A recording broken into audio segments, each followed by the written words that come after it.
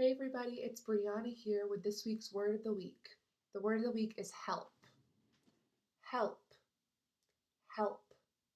Let's look at our picture. There are two people in this picture, and it looks like one of them fell. The other is helping them up.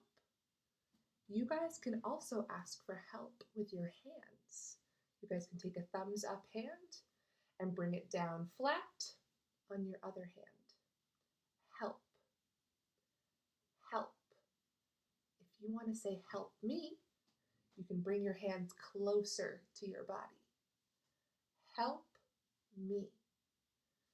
Help me. Help me make a snack.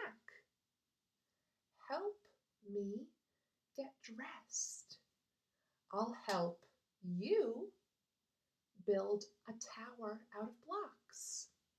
I'll help you read a book. The word of the week is help. Help. Help. All right, everybody, I hope you have a wonderful week. Make sure you check out the PDF for the word help so that you can work different activities into your week to work on the word help. Have a good week. Bye.